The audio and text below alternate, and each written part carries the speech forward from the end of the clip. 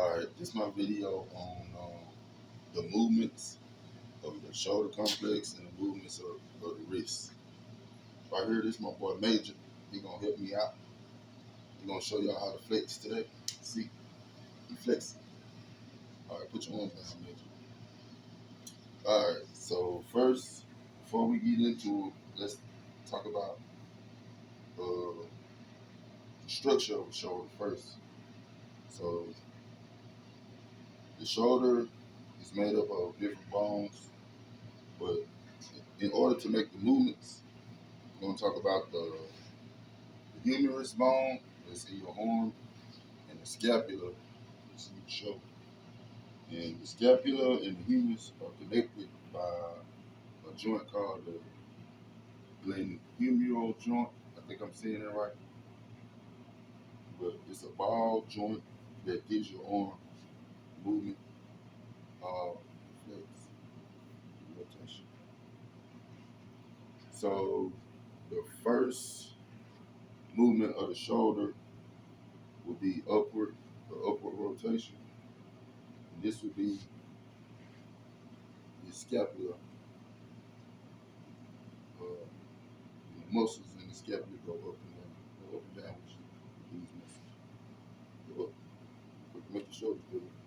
Upward is elevation, down. Downward, depression. It's an up, go up, motion. Upward rotation, elevation,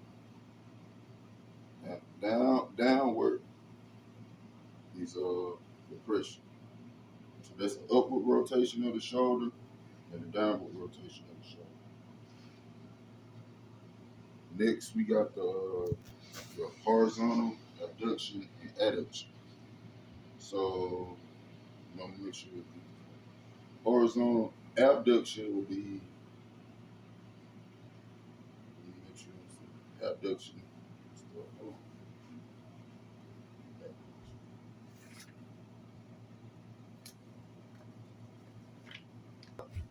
Abduction. We'll start out here, start your arm out here, and rotate out. When you start here, it's adduction. Start from out, on in to out. That's horizontal abduction, horizontal abduction, and adduction. Next, we got internal and external rotation. So, start like this measure. So basically, internal rotation would be you would have to have your arm at an angle, either this angle right here or this angle right here. But we're gonna do it from right here. So let's just say you pulling a string, right? Keep your elbow tight. Let's just say you pulling a string. You got a string holding it. Let's just say Major has a string in his arm. He's pulling it that way. Back, that way. That's internal because you're bringing it in towards your body. Internal, like that. External will be the opposite. Like you take your elbow, external, you grab the string and pull it away from your body. Like that. That's external rotation. Just like that. So now that we got the shoulder upward rotation, or this could be an upward rotation. It's flexion, extension, downward rotation, upward, downward. What were the other two?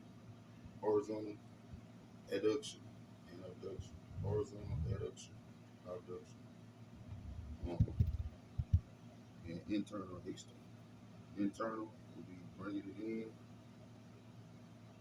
External, out. So now let's move on to wrist movement, to the movements of the wrist. So you got a radial deviation and an ulnar deviation. Hope I'm saying that right. But to make it make sense, you have two bones in your arm right here. One is the radius, which I think is closer to your thumb, and the other one is the ulnar, which is right here, the pinky, the bone on this side. Right here.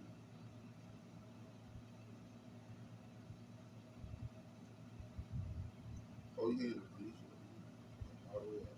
So turn your hand over like that. So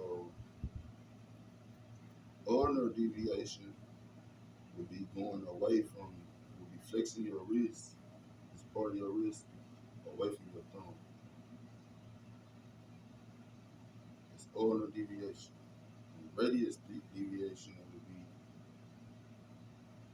making your wrist or your arm move towards your thumb, flexing towards your thumb, just like that. Ulnar radius deviation. That this on fourth way down.